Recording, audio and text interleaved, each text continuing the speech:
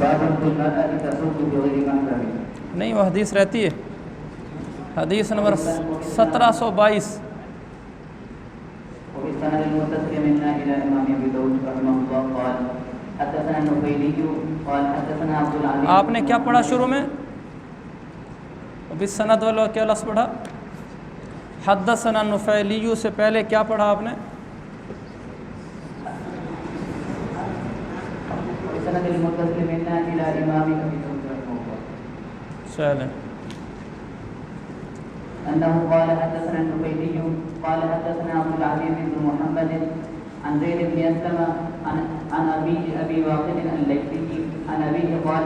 سمعت رسول الله صلى الله عليه وسلم يقول لازواجه في حجة الوداع هذه ثم ظهور الحب.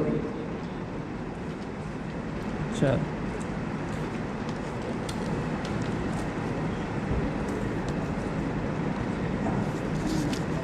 متصل کرنے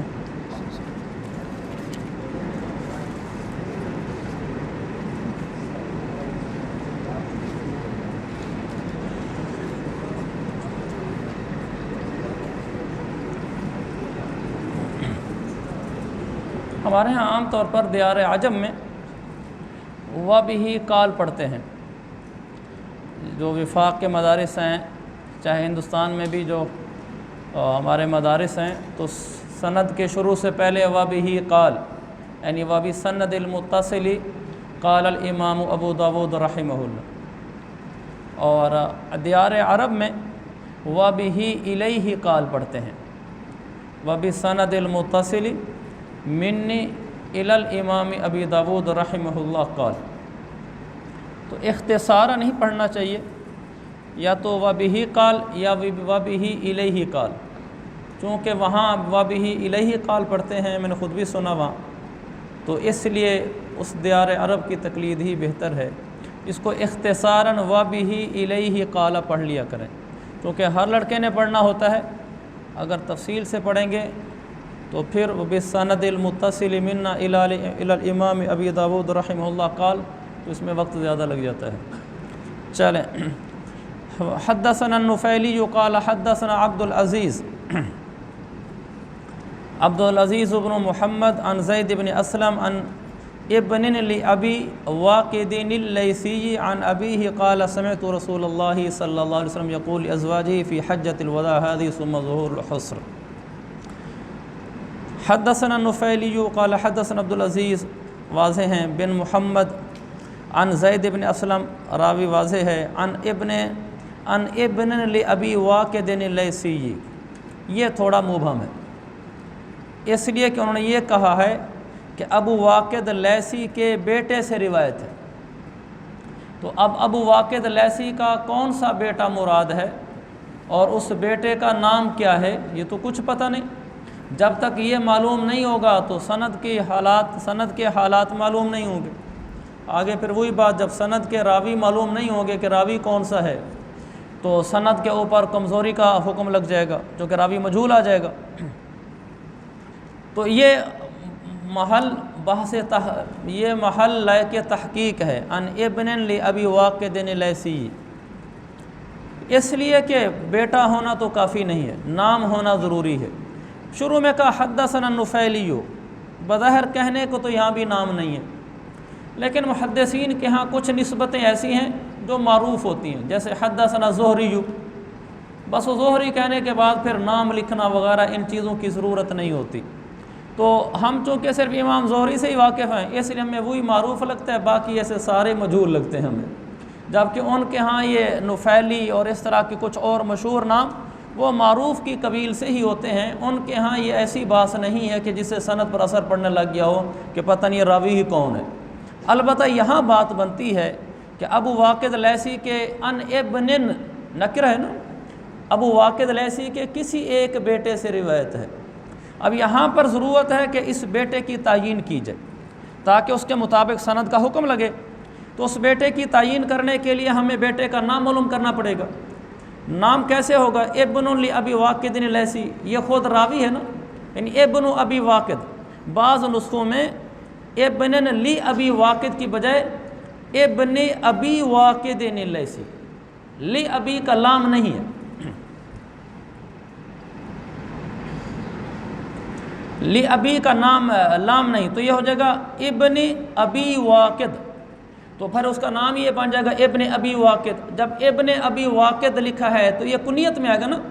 جیسے ابو سنان کنیت میں تھا، ابن ابی واقد بھی کنیت ہے۔ تو کنیت اگر ہمیں معلوم ہو اور ہم نے اس کا نام معلوم کرنا ہو تو اس کو معلوم کرنے کا طریقہ آپ کو بتایا تھا، تقریب و تہذیب میں جو باب القنا ہے، کنیتوں والا جو باب ہے، وہاں ہم چلے جائیں گے، ابن والی پٹی میں دیکھتے آئیں گے تو حروف تہجی کی طرز پر ابن ابی واقد بھی آ جائے گا۔ تو جب وہ ابن ابی واقد آئے گا تو پھر وہ بتا دیں گے کہ ابن ابی واقد سے کون سا بیٹا مراد ہوتا ہے، یہ ہم دیکھتے ہیں۔ یہ تقریب و تہذیب ہے میرے پاس۔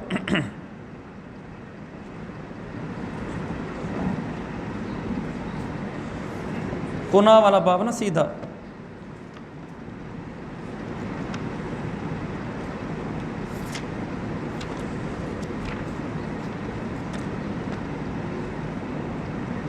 یہ ہے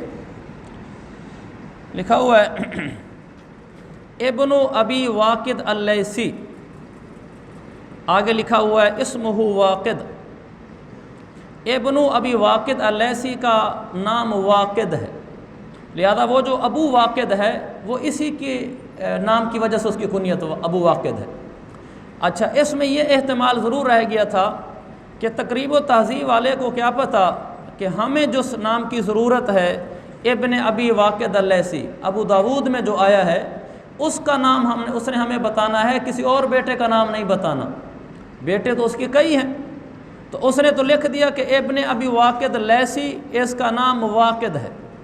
تو ممکن ہے یہ اور بیٹا ہو جس کا نام واقد ہے، ہماری سند میں جو ابن ابی واقد ہے وہ کوئی اور بیٹا ہو، تو جب بیٹوں میں فرق پڑے گا تو نام میں فرق پڑے گا، نام میں فرق پڑے گا، سند کے روات میں فرق پڑے گا، تو اس کا ہمیں کیسے پتہ چلے گا کہ ہمیں ابو داؤد والا ابن ابی واقد اللیثی چاہیے؟ وہ یہ کہ یہاں جب یہ راوی کا نام لکھتے ہیں تو دائیں ہاتھ پر نا کتاب کا نام بھی لکھتے ہیں، جیسے میں نے عرض کیا تھا نا کہ سیاہ ستہ کے راوی اس میں جمع کیے ہیں، تو دائیں طرف نام یہ بھی لکھتے ہیں کہ یہ کس کتاب میں آیا ہے، تو انہوں نے لکھا ہے ابن ابی واقد اللیثی، دائیں طرف لکھا ہے دال، دال رمز ہے ابو داود کے لیے، کہ ابو داود میں جو ابن ابی واقد اللیثی آیا ہے وہاں اس سے مراد واقد ہے۔ پھر ایک اور احتمال باقی ہے، ہو سکتا ہے کہ ابو داود میں کہیں اور بھی ابن ابی واقد اللیثی آیا، ضروری تو نہیں کہ اسی جگہ والا ابن ابی واقد معروم ہے، کسی اور جگہ آیا ہو اور وہاں کوئی اور بیٹا مراد ہو، جس جگہ ہم تلاش کر رہے ہیں یہاں کوئی اور بیٹا مراد ہو، پھر بیٹے کے بدلنے سے پھر سند بدل جائے گی۔ تو اس نے جب یہ لکھ دیا نا کہ دال کے آگے ابن ابی واقد ایک دفعہ لکھا، اگر ابو داؤد میں وہ 2-3 دفعہ آیا ہوتا تو پھر وہ لکھتا کہ ایک ابن ابی واقد اور بھی ہے اور وہ یہ ہے، اور پھر اس کی وہ وضاحت کرتا کہ وہ ابن ابی واقد کون سا ہے، اس کا پھر علیحدہ طریقہ ہوتا ہے کہ وہ عن کہاں ہے اور ممن کہاں ہے، یعنی اس نے کس سے روایت کی ہے اور من روا عنہ کون ہے، وہ پھر ایک علیحدہ بحث چل جاتی ہے جس سے نکال لیا جاتا ہے کہ یہاں کون سا راوی مراد ہے۔ لیکن چونکہ وہ بحث یہاں ہے ہی نہیں، یہاں تو اتنا ہے کہ ابو داؤد میں ابن ابی واقد ایک دفعہ آیا ہے، اگرچہ کہیں اور بھی آیا ہوگا لیکن وہاں بھی یہی مراد ہوگا۔ تو ابو داود میں جہاں ابن ابی واقد اللیثی آیا ہے اس سے مراد یہی والا ہے جس کا نام واقد ہے، تو چنانچہ یہ بالکل واضح ہو گیا کہ ابن ابی واقد اللیثی کا نام واقد ہے۔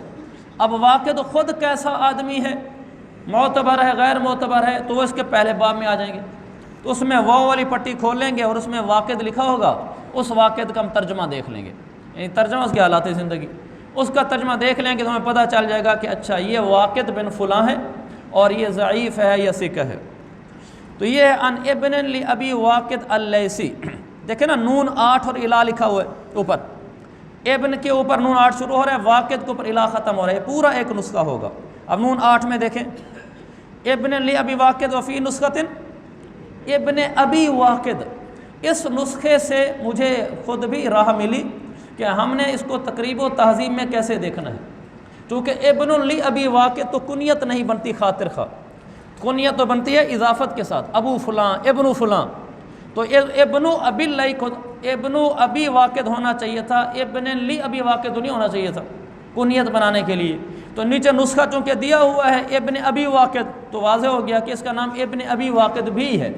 اگرچہ ہمارے زیر مطالعہ نسخے میں ابن لی ابی واقد ہے،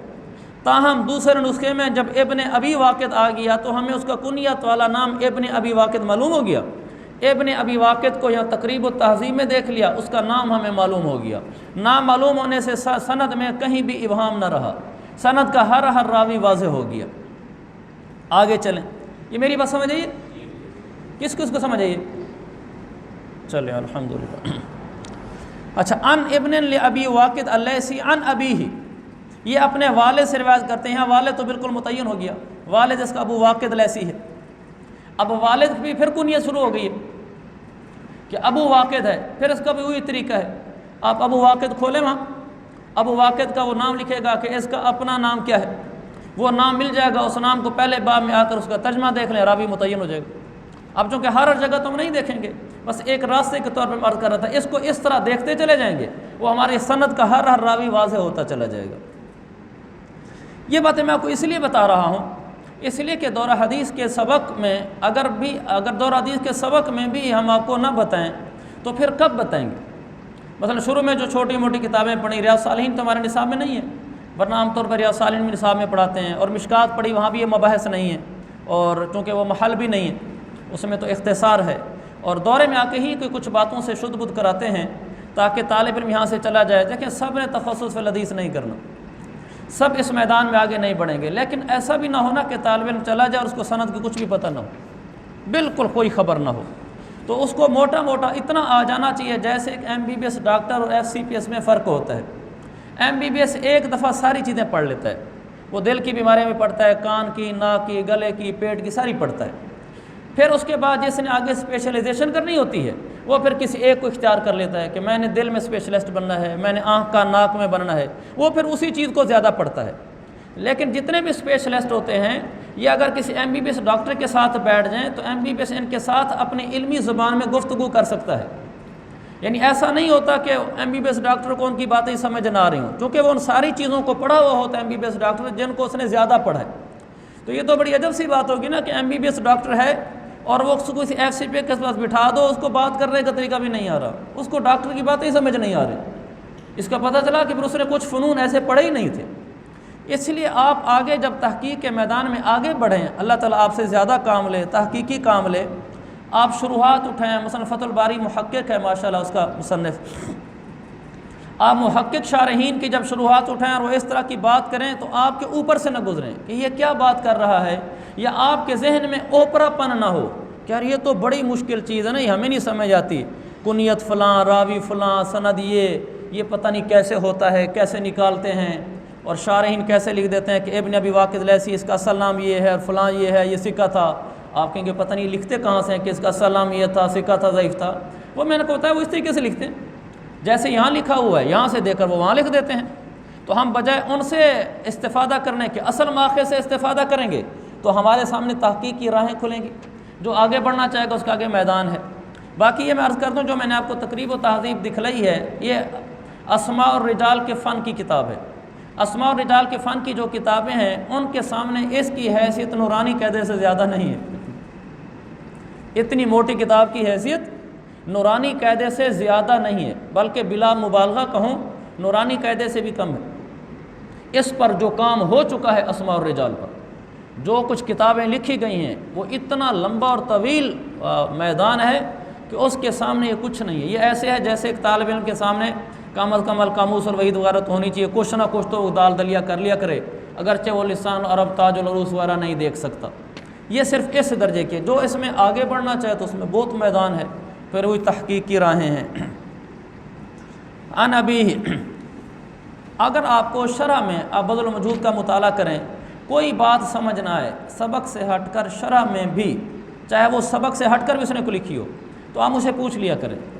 کہ صحیح ہے شرح میں یہ والی بات لکھی ہے، مجھے سمجھ نہیں آ رہی ہے کیا کہہ رہا ہے۔ تو اسی طرح حاشیے میں کوئی بات آ جاتی ہے ابو داؤد کی، آپ کو ابو داؤد کی بات سمجھ نہیں آ رہی، بذل المجہود کی بات سمجھ نہیں آ رہی، جو بھی اس کی شروحات ہیں، کچھ ہمارے ہمیں اور بھی موجود ہوں گی، ورنہ کوئی لڑکا لینا چاہے تو لے لے، کئی شروحات قطاروں میں نے کہا تھا، شرح ابن رسلان ہے، شرح ابن عباد ہے، عون المعبود ہے، مرقات السعود ہے، متعدد شرح معالم السنن ہے۔ تو المنہر العذب المورود ہے، اس کی شروحات میں سے اگر آپ کوئی لے لیں، کہیں کوئی بات سمجھ نہ آئے، میں یہ دعویٰ نہیں کر رہا مجھے وہ آتا ہوگا، میں آپ کو بتا دوں گا مجھے سب کچھ آتا ہے، میں یہ نہیں کہہ رہا، آپ کو نہیں آتا ہوگا میں آپ کی خدمت کروں گا، یعنی میں آپ کو بتاؤں گا، اگر مجھے آتا ہوگا تو میں آپ کو بتا دوں گا، نہیں آتا ہوگا تو میں اس کی تحقیق کر کے بتاؤں گا۔ مجھ سے تحقیق نہیں ہو سکے گی تو میں اکابر میں سے، بڑوں میں سے، اپنے بڑوں میں سے کسی سے پوچھ کے آپ کو بتا دوں گا، لیکن آپ کو بتا دوں گا انشاءاللہ، الا یہ کہ عاجز جو انسان عاجز ہے، میں بے بس ہو جاؤں تو میں کہہ دوں گا جی مجھے نہیں سمجھ آئے بس، لیکن انشاءاللہ حتی الامکان یہ ہوگا کہ آپ ان شروحات سے مانوس ہو جائیں۔ تو ابھی تو میرا چونکہ آپ کا دن بھی زیادہ نہیں ہے،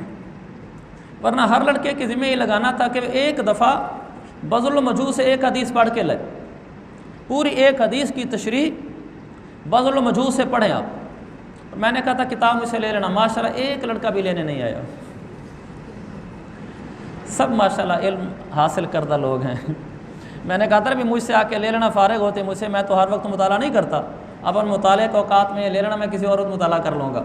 تو ماشاءاللہ میں انتظار ہی کرتا رہا، پھر مجھے اندازہ ہو گیا کہ ان کو اس کی ضرورت نہیں ہے، اس کو سب کچھ آتا ہے، ان کو یہ تو میرے جیسے طلباء کو ہی ضرورت ہے۔ میرے عزیزو کچھ ذوق تو پیدا کرو، یہ ریکارڈنگ سننے والوں سے بھی کہتا ہوں کہ وہ بھی ایک دفعہ بذل المجوز سے کوئی ایک حدیث تو پوری کھول کر پڑھ لیں، پوری، کہ شارحین لکھتے کیسے ہیں، اور آپ سے بھی گزارش ہے کہ آپ ایک دفعہ تو کم از کم بذل المجوز سے ایک حدیث پوری پڑھ لیں، جتنی اس نے تشریح لکھی ہے، چھوٹی حدیث نہ ہو، یعنی کم از کم اس کی تشریح 1.5-2 صفحے میں ہو، تاکہ آپ کے سامنے اس کا منہج ہے، اس کا اسلوب ہے، محدثانہ طرز ہے لکھنے کا، محققین کا طرز تالیف ہے، طرز تشریحی، طرز تالیف ہم نے کیا کرنا ہے، طرز تشریحی، طرز توضیحی، طرز تفہیم، حدیث کو کھولنے کا طریقہ، فنی مباحث کا ذکر، آپ کے سامنے سے تو گزرے تو صحیح، آپ کو پتہ تو لگے کہ یہ کیسے کرتے ہیں، پھر اس میں جو نہ آئے تو میں نے کہا انشاءاللہ آپ تشریف لائیں، ہم انشاءاللہ خدمت کریں گے، میں نہیں ہوں گا تو استاد جی کیا زبیر صاحب ہیں، وہ ہم سب کے بڑے ہیں، ہم سے بھی اعلیٰ افضل ہیں، آپ ان سے استفادہ کریں، دوسرے استاد ہیں ان سے استفادہ کریں، لیکن ایک دفعہ پڑھیں، آپ ان سے پڑھنے سے آپ کو انشاءاللہ بہت فائدہ ہوگا۔ آپ دیکھیں جب بذل المجوز سے کوئی ایک دو حدیثیں پڑھیں گے پھر آپ کو فائدہ محسوس ہوگا خود ہی۔ اچھا آگے، عن ابیہ قال سمعت رسول اللہ صلی اللہ علیہ وسلم یقول لازواجہ فی حجۃ الوداع، میں نے حضور صلی اللہ علیہ وسلم کو سنا کہ آپ اپنی بیویوں کو حجۃ الوداع میں کہہ رہے تھے، ہادی ثم ظہور الحسر۔ ایک نا یہ بھی ذہن سے نکال، احساس کمتری بھی انسان کو لے ڈوبتا ہے، احساس کمتری بھی انسان کو لے ڈوبتا ہے، اور باہمت ہونا کہ میں کر سکتا ہوں، ہم رجال ونحن رجال، یہ آدمی کو بہت اوپر لے جاتا ہے۔ میں آپ کو اللہ معاف فرمائے تکبر نہیں سکھا رہا، اکابر کی بے ادبی نہیں سکھا رہا، لیکن میں آپ کو ہمت بتا رہا ہوں۔ اب یہ کبھی نہ کہا کریں جی میرے بس میں کہاں ہے، میں کہاں یہ حاشیے سمجھ سکتا ہوں، میں کہاں بذل المجوز، المنہر العذب المورود، میں کہاں سمجھ سکتا ہوں، یہ تو بڑی مشکل کتابیں ہوں گی، نیچے جو لکھا ہوا ہے پتہ نہیں کیسے لکھ دیا ان لوگوں نے۔ آپ کہیں جیسے انہوں نے لکھا ہے ایسے میں بھی لکھ سکتا ہوں، یا میں لکھ نہیں سکتا میں سمجھ سکتا ہوں۔ آپ ہمت پیدا کریں، یہ ہو سکتا ہے کہ آپ لکھی ہوئی کتاب کا تسامو نکال لیں کہ دیکھیں یہاں جو لکھا ہے تسامو ہو گیا، میرے سے انہی کتابوں کو دیکھ کر لکھتے ہیں تو ہم بھی انہی کتابوں کو دیکھ لیں گے۔ جب آپ یہ ہمت کریں گے نا کہ آپ لکیر کے فقیر نہیں بنیں گے کہ جو لکھا ہوا ہے بس میں نے اسی کے تابع چلنا ہے، جو لکھا ہے اس کو بھی تنقیدی نظر سے دیکھنا ہے کہ کہیں لکھنے والے سے تسامو تو نہیں ہوا۔ ہمارا احساس کمتری کا نتیجہ یہ ہوتا ہے کہ جب ہم کسی بات کو پڑھا رہے ہیں یا سمجھ رہے ہیں، ہم اپنی سمجھ کو نا اس کتاب لکھی شرح کتابیں کر دیتے ہیں، اگر اس سے بھی تسامو ہو گیا نا ہم اپنے آپ کو اس کے مطابق موڑتے رہتے ہیں کہ یار یہ سمجھ نہیں آ رہا، سمجھ نہیں آ رہا۔ یہ کیوں نہیں ہو سکتا کہ اگر مجھے سمجھ نہیں آ رہا میں اسے ہٹ جاؤں، میں دوسری متعلقہ کتب دیکھوں اس بات کو حل کرنے کے لیے، ہو سکتا ہے سمجھانے والے سے ہی تسامو ہو گیا ہو تو میں خود اس کی تصحیح کر دوں گا۔ یہ احساس اندر ہوگا نا کہ میں خود تحقیق کر سکتا ہوں، اللہ تعالیٰ آپ کو آگے بڑھائے گا۔ اگر ایسے ہی رہیں گے ساری زندگی نہیں میں کچھ نہیں کر سکتا، یہ ہمارے بس کا کام نہیں ہے، بڑی مشکل چیزیں ہیں، بس مول سے پھر ایسے ہی رہیں گے۔ تو اپنے اندر ہمت پیدا کرو کہ ہم انشاءاللہ ان کتابوں کو دیکھیں۔ ابھی آپ یہ کہہ رہے ہوں گے کہ بذل المجود کو پڑھنا مشکل ہے، المنہر العذب المورود کو پڑھنا مشکل ہے، ابن رسلان کو پڑھنا مشکل ہے۔ میں آپ کو بلا مبالغہ یقین سے کہتا ہوں آپ میں ایسے لڑکے ہوں گے یہ اس کو پڑھنا شروع کر دیں، یہ شرح کی تسامحات نکالیں گے، میں یقین سے کہتا ہوں آپ کو، یہ کہیں گے کہ یہاں صاحب کتاب سے صاحب شرح سے تسامح ہو، جب یہ مطالعہ کریں گے ان کی ہمت جوان ہوگی یہ پھر کتابیں کھولیں گے تسامحات کھلیں گے، تو پھر ان میں ہمت بڑھے گی، آگے بڑھیں گے۔ احساس کمتری کا شکار نہ ہونا۔ جو لکھتے ہیں ہم جیسے انسان ہی تو ہوتے ہیں، مول صاحب وہ کوئی اور جگہ سے پڑھ کے آئے ہوتے ہیں، انہوں نے یہی نصاب پڑھا ہوتا ہے جو آپ کو پڑھایا جا رہا ہے۔ جو اور پڑھایا جاتا ہے ان کو اس کے پڑھنے کی ضرورت نہیں ہے، جو منطق پڑھتے ہیں اس کے پڑھنے کی ضرورت نہیں ہے، اس سے علم کا کوئی فرق نہیں پڑتا۔ تو یہ ایک میں آپ سب سے عرض کرنا چاہوں گا، ممکن ہے ہمارا آخری سبق ہو اور پھر وہ محاضرہ شروع کریں گے یا کہ ایک دو سبق اور بھی ہو جائیں۔ آپ ان تحقیقی میدانوں کی طرف آگے بڑھو، ان کی شروعات پڑھنا، ان کے حواشی پڑھنا اور تنقیدی نظر سے پڑھنا۔ تنقیدی نظر کا مطلب اس نظر سے پڑھنا کہ سمجھوں گا، اگر سمجھ نہیں آ رہا تو میں یہ سمجھوں گا کہ ہو سکتا ہے لکھنے میں تسامح ہو، اور میں متعدد کتابوں کو دیکھوں گا جس سے یہ بھی ہو سکتا ہے کہ کسی ایک شارح سے تسامح ہو گیا ہو، یہ ہو سکتا ہے۔ یہ کل ہوا نہیں نیچے فیض الودود میں، ان سے نیچے تسامح ہو گیا اس کو کالا ابو داود سمجھانے میں، تو میں نے ان کو مصنف سے کل رابطہ کیا، میں نے عرض کیا کہ جی میری ناقص سمجھ میں یہ آ رہا ہے، آپ نے یوں تحریر فرمایا ہے، تو انہوں نے پھر فرمایا کہ مجھے آپ کی بات بالکل صحیح لگ رہی ہے اور مجھے ابھی فرصت نہیں ہے اس کو دیکھنے کی، جب موقع ملے گا دیکھوں گا، لیکن جو حوالہ جات آپ نے بھیجے ہیں تو ان سے آپ کی بات مجھے بالکل ٹھیک لگ رہی ہے، میں اسے اتفاق کرتا ہوں۔ تو مجھ سے یہ ہو سکتا ہے، میں آپ سے یہ کہنا چاہتا ہوں یہ آپ کر سکتے ہو، آپ کر سکتے ہو، یہ آپ کر سکتے ہو۔ بس ایک یہ بات دل سے نکل جائے کہ یار میں بڑی مشکل کتابیں ہیں، یہ بڑے مشکل حواشی ہوتے ہیں، ہماری سمجھ میں نہیں آتے۔ آپ کہ نہیں، میں یہ سمجھ سکتا ہوں، سمجھا سکتا ہوں، اور اس سے کوئی تسامح ہوا تو اس کا ادراک بھی کر سکتا ہوں اور اس کی نشاندہی بھی کر سکتا ہوں کہ تسامح ایسے ہوا ہے، اور یہ سب بفضلہ تعالی ہے، اللہ عجب سے بچائے۔ لیکن آدمی کے اندر ہمت ہو کہ میں انشاءاللہ یہ سب کتابیں سمجھ سکتا ہوں اور یہ سب پڑھ سکتا ہوں، پڑھا سکتا ہوں، تحقیق کے میدان میں جا سکتا ہوں، محققانہ مباحث پیش کر سکتا ہوں۔ میں بلا مبالغہ کہہ رہا ہوں صاحب، اگر آپ کہیں تو شاید میں قسم بھی کھا لوں گا کہ آپ میں ہی ایسے لڑکے ہوں گے، گو میں آپ کو نہیں جانتا لیکن ماشاءاللہ اتنی بڑی تعداد ہے، آپ میں ہی ایسے لڑکے ہوں گے جو ان کو اچھی طرح سمجھ کر ان کے تسامحات کا ادراک کر سکیں گے۔ میں اس پہ قسم کھا بھی سکتا ہوں، لیکن بس تھوڑی سی ہمت کرنے کی بات ہے، پڑھنے کی بات ہے، چلنے کی بات ہے۔ چل پڑیں گے اور کہیں اٹکیں گے تو جب تک میرے سبق ہیں میں حاضر ہوں، جب میرا سبق ختم ہو جائے گا آپ کے اساتذہ حاضر ہیں، وہم افضل منی وعالم منی، تو آپ ان سے رہنمائی لیں اور آگے چلیں، انشاءاللہ اب یہاں سے کچھ لے کر جائیں گے۔ پھر کتابوں کا ذوق ہونا چاہیے کہ یہ کتاب دیکھو، تقریباً تعدیب کون سی مہنگی کتاب ہے، یہ تو پاکستان سے بھی مل جاتی ہے، یہ تو باہر کا نسخہ ہے لیکن یہ پاکستان سے ملتی ہے، میں نے پاکستان سے لی تھی، جو یہ تو میری نہیں ہے لیکن ہم نے کراچی سے بھی لی تھی، تو آرام سے مل جاتی ہے۔ آپ تھوڑے تھوڑے پیسے اکٹھے کریں، کتابوں کا ذوق پیدا کریں کہ ان پیسوں سے بجائے یہ موبائل خریدنے کے، بجائے یہ فضولیات خریدنے کے، آپ اس کو کتابوں پہ لگائیں۔ یہ شوق نہیں ہونے چاہیے میرا جوتا اتنا مہنگا ہو، میرا سویٹر جرسی اتنا مہنگا ہو، میرا موبائل اتنا مہنگا ہو، تو چشمے اور گھڑیاں اتنی مہنگی ہوں۔ اللہ نے آپ کو دیا ہے تو خریدیں، مجھے کوئی انکار بھی نہیں ہے، لیکن ایسا بھی نہ ہونا کہ ان کے شوق اتنے غالب ہیں کہ کتاب 500 روپے کی اس کے لیے پیسے نہیں ہیں، کتاب 2000 روپے کی اس کے لیے میرے پاس پیسے نہیں ہیں، 2000 کہاں سے لوں؟ شوق پورا کرنے کے لیے بلا اینک پہ 2000 لگوا دو، منٹ میں لگا دے گا، جوتے پہ لگوا دو، ایسے جرسی پہ 10,000 لگوا دو، لگا دے گا۔ یہ ذوق کی بات ہے، اپنے ذوق کو اس طرف لیں۔ کمپیوٹر کی کتابیں کبھی کافی نہیں ہوتی، یہ اصل کتاب، اس کا فائدہ زیادہ ہوتا ہے، یہ ایک مستقل عنوان ہے۔ کمپیوٹر سے کتابوں سے فائدہ ہوتا ہے لیکن ان سے فائدہ زیادہ ہوتا ہے، جو ہاتھ کی ہماری ہارڈ کاپی ہے، اس طرح کی چھپی ہوئی کتاب، ان کے مطالعے سے فائدہ زیادہ ہوتا ہے۔ وہ کیسے زیادہ ہوتا ہے تو پھر بات لمبی ہو جائے گی، لیکن آپ اس سے کوئی اس سے مستغنی نہیں ہے۔ جس کو اللہ نے پیسہ دیا وہ کتابیں خریدے، اور میں خاص طور پہ کہتا ہوں کم از کم ایک بذل المجہود، ایک فتح الباری اور ساتھ عمدۃ القاری، ایک فتح الملح مع تکملہ، یہ ہماری درس، ایک معارف السنن، یہ ہماری درسگاہ میں آپ کی طرف سے رکھی ہوئی۔ آپ کوئی لڑکا لے لے، ہمت کر کے لے لیں، اور اس میں سے واپسی گھر جاتے ہو لیتا جائے، اور اس میں سے کوئی لڑکا کوئی شرح لے لے، کوئی لے لے، آپ سے پڑھتے رہے۔ یہ ہم نے زمانہ طالب علم میں ملی تھی، عمدۃ القاری میں نے زمانہ طالب علم میں ملی، فتح الملح میں زمانہ طالب علم میں ملی، تو اس کو ٹوٹا پھوٹا مطالعہ بھی ہو جاتا تھا۔ تو آپ ہمت کریں، اور میں کوئی مالدار بھی نہیں تھا، یہ نہیں کہ ہمارے پاس پیسے کی فراوانی تھی، بس جو روٹین وائز ہوتا ہے، پیسے آتے تھے ہم اس کو اکٹھا کرتے تھے، اور بعض دفعہ اپنی ضروریات کو چھوڑ دیتے تھے تو کتاب آ جاتی تھی۔ میں آپ سب سے عرض کروں گا ان ساری کتابوں کا میرے عزیز بھائیوں مطالعہ کرو، ان کو خریدنے کا ذوق رکھو، پڑھنے کا ذوق رکھو،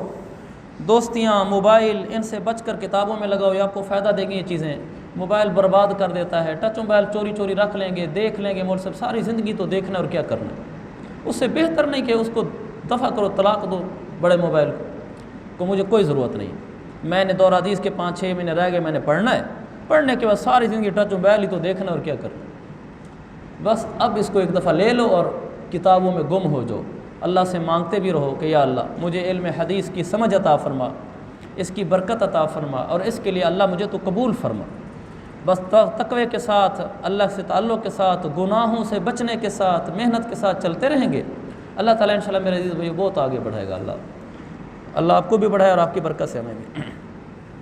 میں نے حضور صلی اللہ علیہ وسلم کو سنا، آپ اپنی بیویوں سے فرما رہے تھے حجۃ الوداع کے موقع پر، یہ وداع کا لفظ راجح ہے، بعضوں نے اس کو وداع بھی کہہ دیتے ہیں، وداع، حجۃ الوداع۔ ہادی ثم ظہور الحسر،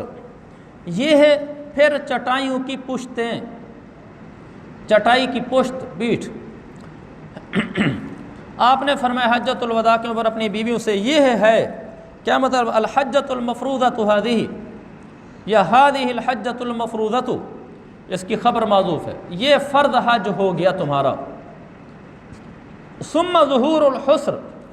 ای ثم لزوم ظہور الحسر، پھر چٹائیوں کی پشتوں کو سے چمٹے رہنا۔ بیویوں سے کہا بس تمہارا یہ حج ہو گیا، پھر چٹائیوں کی پشتوں سے چمٹے رہنا، یعنی کیا مطلب؟ گھر بیٹھی رہنا، چٹائی کی پشت پر بیٹھی رہنا، کنایتن عن لزوم البیت، پھر گھر بیٹھی رہنا۔ اب یہ جو کہا نا کہ پھر گھر بیٹھی رہنا،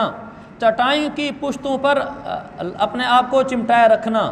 اس کا مطلب کیا ہے؟ چونکہ حکم ازواج مطہرات کو تھا، اس لیے اس حدیث کی مراد متعین کرنے میں خود ازواج مطہرات میں اختلاف ہو گیا۔ بعض کہتی تھیں کہ اس کا مطلب یہ ہے کہ اللہ کے نبی نے فرمایا یہ ہو گیا، پھر چٹائیوں کی پشتوں سے چمٹی رہنا، ثم لزوم ظہور الحسر، یا حسر دونوں طرح ٹھیک ہے، لہذا اس کے بعد دوبارہ حج کرنے سے حضور صلی اللہ علیہ وسلم نے ہمیں منع کر دیا۔ آپ نے فرمایا یہ حج ہو گیا، بس اس کے بعد اب چٹائیوں کی پشتیں ہیں، یعنی دوبارہ نہ تم حج پہ آنا، ایک دفعہ تم نے حج پہ آنا تھا، تم پھر گھر سے باہر نہ نکلنا حج کے لیے بھی۔ تو حضرت سودا اور حضرت زینب بنت جحش، سودا بنت زمعہ، زینب بنت جحش، ان دو کا اجتہاد اس حدیث سے یہ تھا کہ آئندہ کوئی حج نہیں کرنا۔ حضور نے فرمایا بس یہ ہو گیا، پھر گھر میں چٹائی کی پوشت ہے، پھر نہ آنا حج کے لیے۔ وہ سمجھتی تھی کہ اس حدیث کا یہ مطلب ہے، اس لیے وہ کہا کرتی تھی لا تحرکنا دابۃ بعد رسول اللہ صلی اللہ علیہ وسلم، اب حضور کے بعد کوئی سواری ہمیں لے کر کہیں نہیں چلے گی، اب ہم گھر بیٹھی رہیں گی۔ تو انہوں نے زندگی بھر پھر کوئی حج نہیں کیا اس حدیث کی وجہ سے۔ اور حضرت عائشہ اور ان کے ساتھ باقی ازواج 6 اور ہو گئیں، ان کا مذہب یہ تھا کہ نہیں، اللہ کے نبی کی یہ مراد نہیں تھی کہ یہ حج کر لیا پھر تم دوبارہ گھر سے باہر ہی نہ نکلنا، حج کے لیے تمہیں آنے کی اجازت ہی نہیں ہے، گھر بیٹھی رہنا، یہ مطلب نہیں تھا، بلکہ اللہ کے نبی کی مراد یہ تھی کہ یہ حج ہو گیا فرض حج، پھر گھر بیٹھی رہنا، اس کے بعد پھر کوئی تمہارے اوپر اور حج فرض نہیں ہوگا، بس یہ ایک دفعہ ہی فرض ہوتا ہے۔ حضرت عائشہ کا استنباط کہ حضور نے فرمایا یہ فرض حج ہو گیا تمہارا، پھر گھروں کے اندر بیٹھی رہنا، پھر تمہارے اوپر آئندہ کوئی اور حج فرض نہیں ہوگا، یعنی حج زندگی میں ایک دفعہ فرض ہوتا ہے، بس وہ تمہارا میں نے ادا کرا دیا ہے، یعنی بعد میں اگر تم کرو گی تو وہ نفلی حج ہوگا، وہ فرض نہیں ہوگا، فرض ایک دفعہ ہی ہوتا ہے۔ تو ان کا مذہب یہ تھا، تو اسی اختلاف کی وجہ سے حضرت سودا اور حضرت زینب نے پھر زندگی میں اور حج نہیں کیا، اور حضرت عائشہ نے کئی حج کی، اور آپ کے ساتھ جو باقی ازواج تھیں ان کا بھی یہی مذہب تھا کہ اس حدیث سے مراد ایک دفعہ حج کی فرضیت بتانا ہے، آئندہ حج نفلی ہوگا، اور راجح مطلب بھی یہی ہے۔ اس لیے نیچے لکھا ہے فَهَذَا يَدُلُّ عَلَىٰ أَنَّهُ فَرْضٌ مَرَّةً، یہ حدیث اس پہ دلالت کر رہی ہے کہ حج زندگی میں ایک دفعہ ہی فرض ہوتا ہے۔ یہ ہو گیا۔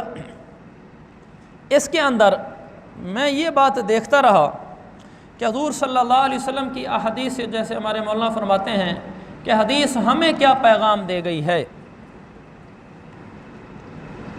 حدیث ہمیں کیا پیغام دے گئی ہے۔ اب اس میں دیکھیں نا، ہمیں یہاں سے حدیث کے اندر سے پیغام ملے گا، ایک تو ایک واضح سا پیغام ہے کہ حج ایک دفعہ فرض ہے اور پھر فرض نہیں ہے، یہ تو اس تشریح کو ماننا تو ہم پر لازم ہے کہ یہ تو نص عبارہ سے ثابت ہے،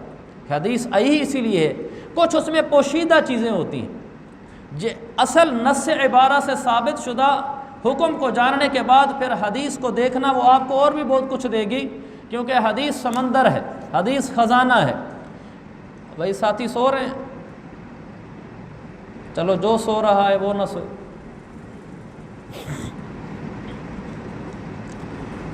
آپ نے فرمایا یہ حج اور پھر چٹائیوں کی پشتوں پر بیٹھے رہنا، ایک تو اس میں سے یہ ثابت ہوا، آپ نے فرمایا چٹائیوں کی پشتوں پر بیٹھے رہنا اصل عورت کے لیے قرار فی البیت ہے، قرن فی بیوتکن ولا تبرجن تبرج الجاہلیت الاولی، قرآن کہتا ہے قرن فی بیوتکن، اصل یہ کہ گھر میں بیٹھی رہو، عورت بلا وجہ گھر سے باہر نہ نکلے، اس کا گھر سے باہر بلا وجہ نکلنا شرعاً ناپسندیدہ ہے، بعض صورتوں میں ممنوع ہے، اور جب نکلے تو پھر شرائط کا خیال کر کے نکلے۔ اذا خرجت، ترمذی کی حدیث، جب حدیث یاد کرو حوالہ ساتھ یاد کیا کرو، اور یہ مشکل نہیں ہے، ہمارے ہاں چونکہ رواج نہیں ہے تو اس لیے آدمی کہتا ہے اوہو حوالہ ساتھ کیسے یاد ہوگا، حدیث بھی حوالہ بھی، آپ اس کو دہراتے رہیں گے وہ یاد ہو جائے گا، ٹوٹکے بنا لیں، میں چٹکلے بنا لیتا ہوں، ایک دو دفعہ ذہن میں وہ چٹکلا لانا پڑتا ہے پھر وہ یاد ہو جاتا ہے۔ اذا خرجت المرأۃ، خرجت مرأت، تا ہے نا ترمذی، ٹوٹکا ذہن میں رکھنے کے لیے کہ یہ حدیث جو اس طرح میں نے یاد کی نا خرجت المرأۃ، یہ ترمذی کی ہے، تو ایک دو دفعہ پہلی دفعہ جب میں نے بیان کی تو مجھے یہ ذہن میں لانا پڑا، پھر وہ یاد ہو گیا، پھر دوبارہ دیکھنے کی ضرورت نہیں پڑی، تو ہر حدیث کا حوالہ ساتھ یاد رکھیں ہو سکے تو۔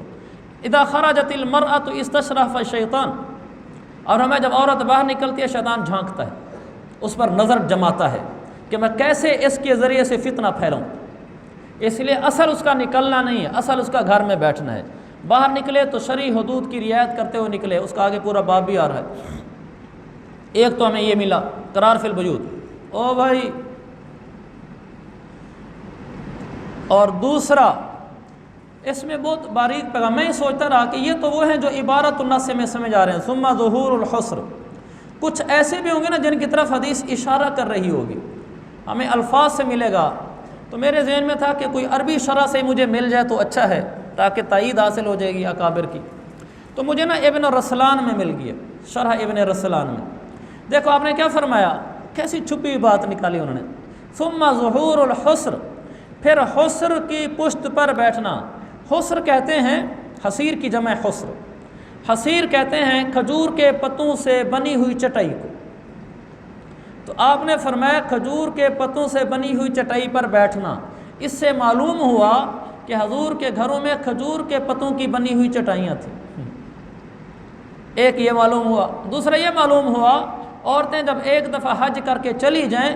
جن کے نزدیک دوبارہ نہیں آ سکتی حج پہ، وہ جب گھر میں جائیں تو ان کے گھر میں حسر پڑا ہوا ہو کہ وہاں اس حسر پر جا کر بیٹھ جائیں، یعنی یہ بتاتی ہے حدیث اشارے سے کہ سادگی کو اللہ کے نبی علیہ السلام نے پسند کیا ہے اپنے رہن سہن میں، کھجور کے پتوں کی چٹائیوں کا تذکرہ کر کے یہ بتایا کہ گھر میں ہمارا رہن سہن میں سادہ ہو تو یہ پسندیدہ ہے، تو انہوں نے لکھا ابن رسلان نے کہ یہ شوہر کے ذمہ ہے کہ وہ ان کو دے، باقی اس کے لحاظ سے ہے کہ امیر ہوگا تو امیر والا، غریب ہو غریب والا،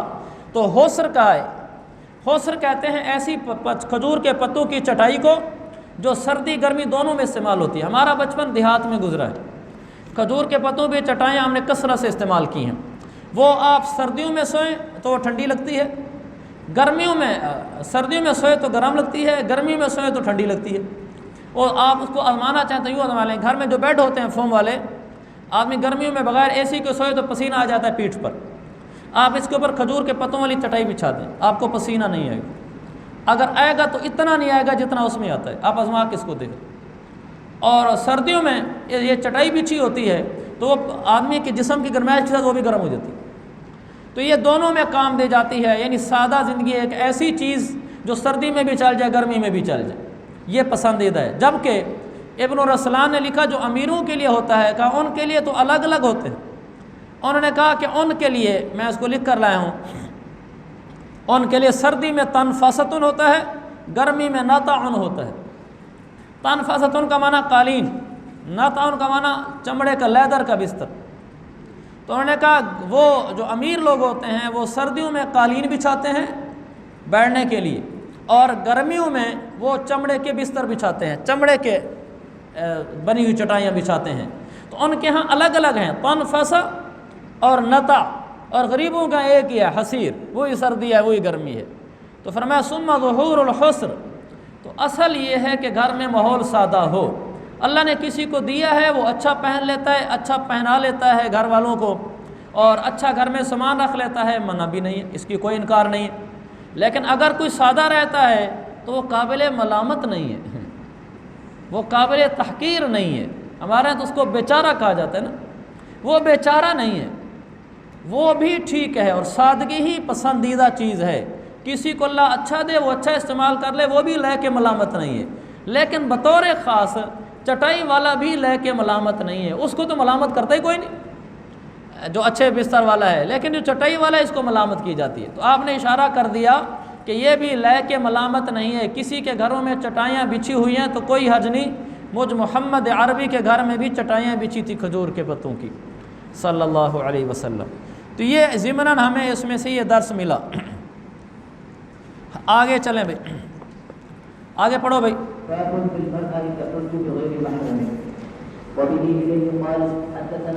یہ ساری حدیثیں ایک ہی مضمون کی ہیں، تو اس کو پڑھتے چلے جائیں، یہ باب ختم ہو جائے گا، کیونکہ ساری روایتیں ایک ہی ہیں، الگ مضمون اس میں نہیں ہے۔ ساری پڑھنے کے بعد پھر اس میں جو اہم باتیں ہیں ہر حدیث کی وہ میں اکٹھے بیان کر دوں گا۔ وبه إليه قال حدثنا قتيبة بن سعيد الصحفي قال حدثنا الليث بن سعد عن سعيد بن أبي سعيد عن أبيه أن أبا هريرة رضي الله تعالى عنه قال قال رسول الله صلى الله عليه وسلم لا يحل لامرأة مسلمة تسافر مسيرة ليلة إلا ومعها رجل ذو حرمة منها. وبه إليه قال حدثنا عبد الله بن مسلمة والنفيلي عن مالك وحدثنا الحسن قال حدثنا الحسن بن علي قال حدثنا بشر بن عمر قال حدثني مالك عن سعيد بن ابي سعيد قال الحسن في حديثه عن ابيه ثم اتفقوا عن ابي هريره رضي الله تعالى عنه عن النبي صلى الله عليه وسلم قال تھوڑا سا تیز پڑھو بھائی، میں نے کہا تیز پڑھو بھائی تھوڑا، آپ تو استخارہ کر کر کے پڑھ رہے ہیں، ہر لفظ سے پہلے پوچھتے ہیں کہ آپ کو پڑھ لو۔ ہاں قال لا يحل لامرأة تؤمن بالله واليوم الآخر أن تسافر يوما وليلة فذكر معناه. وبه إليه قال حدثنا يوسف بن موسى عن جرير عن سهيل عن سعيد بن أبي سعيد عن أبي هريرة رضي الله تعالى عنه قال قال رسول الله صلى الله عليه وسلم وذكر نحوه إلا أنه قال بريدا. وبه إليه قال حدثنا عثمان بن أبي شيبة وهناد أن أبا معاوية ووكيعا حدثه عن أعمش عن أبي صالح عن أبي سعيد قال قال رسول الله صلى الله عليه وسلم لا يحل لامرأة تؤمن بالله واليوم الآخر أن تسافر سفرا فوق 3 أيام فصاعدا إلا ومعها أبوها أو أبوها أو زوجها أو ابنها أو ذو محرم منها. وبه إليه قال حدثنا أحمد بن حنبل قال حدثنا يحيى بن سعيد عن عبيد الله قال حدثني نافع عن ابن عمر عن النبي صلى الله عليه وسلم قال لا تسافر المرأة 3 إلا ومعها ذو محرم. وبه إليه قال حدثنا ناصر بن علي قال حدثنا أبو أحمد قال حدثنا سفيان عن عبيد الله عن نافع أن ابن عمر كان يردف مولاة له يقال لها صفية تسافر معه إلى مكة. باب فی المرأة تحج بغیر محرم، عورت محرم کے بغیر حج کرے، اس کے بارے میں باب۔ پہلی سند ہے، کوئی ایسی خاص بات نہیں۔ لا یحل لامرأة مسلمۃ، کسی مسلمان عورت کے لیے یہ جائز نہیں ہے کہ وہ ایک رات کی مسافت کا سفر کرے مگر یہ کہ اس کے ساتھ کوئی محرم مرد ہو، رجل ذو حرمۃ منہا، کوئی محرم مرد ہو۔ دوسری سند میں تحویل ہے، تحویل سے آپ واقف ہوں گے، پڑھ چکے ہیں تحویل کو؟ چلے، تحویل ہوتی ہے مدار سند ہوتا ہے۔ اس میں قال حسن فی حدیث عن ابی ثم اتفق، اس کا مطلب یہ ہے چونکہ تحویل ہے تو جو دوسری تحویل کی جو بات جو دوسری سند حدثنا حسن، اس حسن نے عن سعید ابن ابی سعید پر پہنچ کر آگے کہا عن ابی، پھر کہا عن ابی ہریرہ، باقی نے یہ عن ابی نہیں کہا۔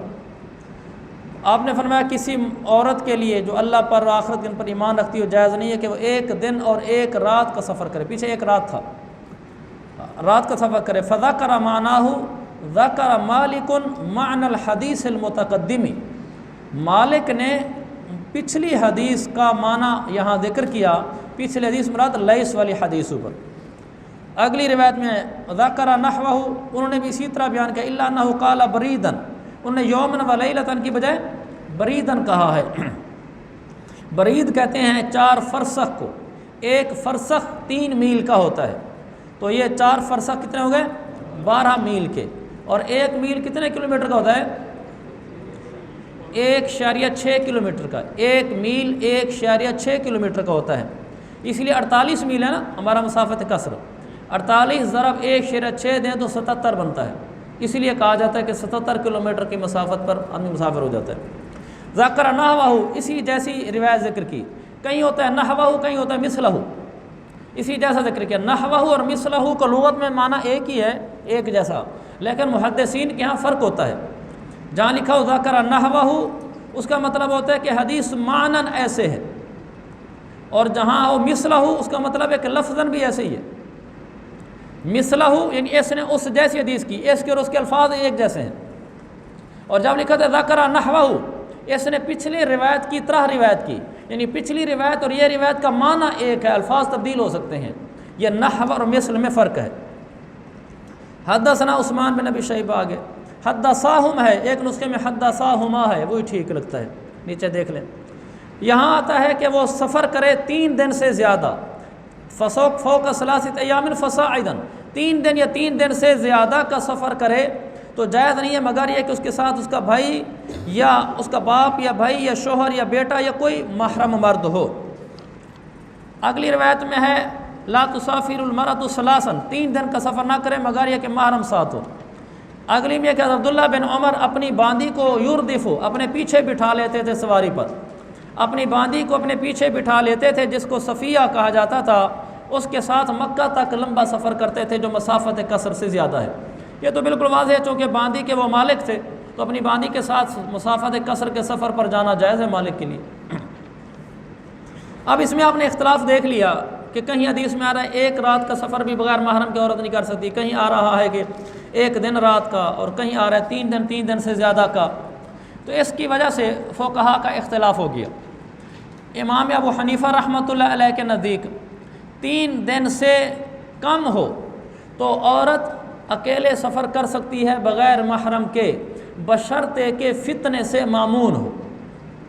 3 دن سے کم، 3 دن سے کم مطلب 77 کلومیٹر سے کم، کیونکہ 1 دن 16 میل کا شمار ہوتا ہے،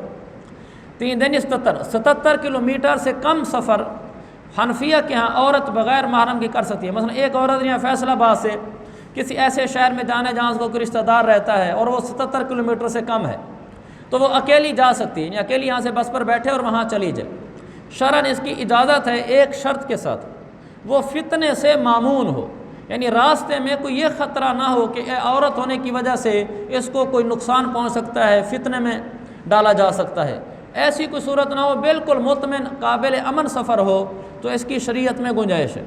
اس سے زیادہ کا سفر ہو تو پھر نہیں سفر کر سکتی، 3 دن سے زیادہ کا، پھر ساتھ کوئی نہ کوئی محرم ہونا ضروری ہے۔ اور امام شافعی رحمۃ اللہ کے نزدیک مطلق سفر ہی عورت بغیر محرم کے نہیں کر سکتی، چونکہ برید تک آ گیا ہے نا، کہ اگر انہوں نے کہا 3 کتنے میل بن گئے 12 میل، تو 12 ضرب 1.6 تو 12 یہ تقریباً کوئی کتنے کلومیٹر، 19 کلومیٹر،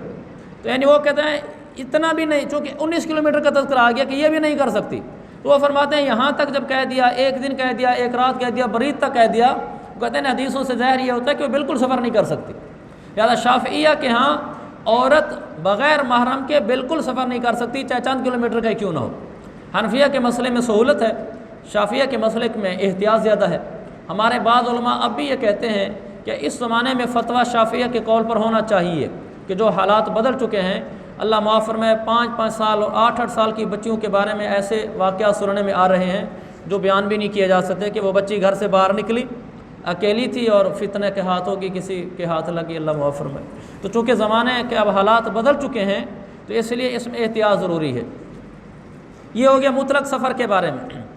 آگے رہ گیا یہ بات عورت حج پر جائے تو اس کے لیے کیا حکم ہے، بس یہ اہم اور ضروری بات ہے، ہمارے سبق سے متعلقہ ہے۔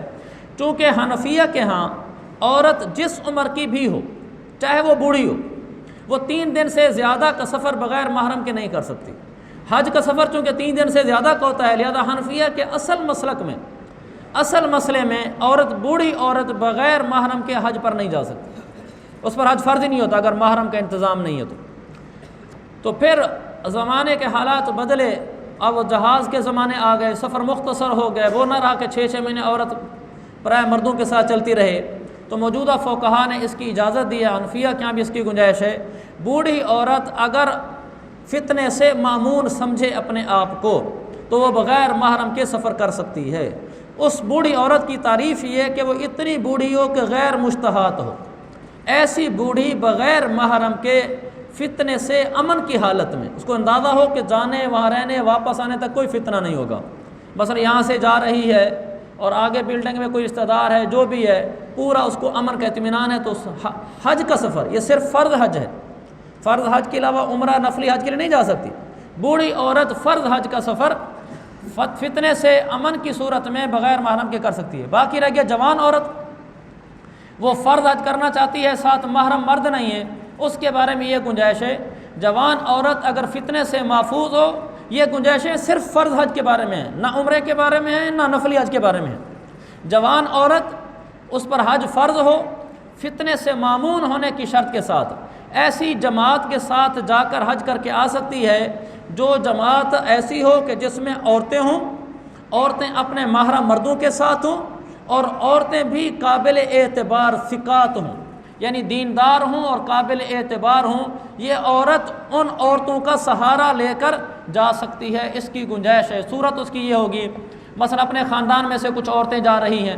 کوئی پھوپھو بنتی ہے، کوئی خالہ بنتی ہے، کوئی اور محلے کی چاہے عورت بنتی ہے،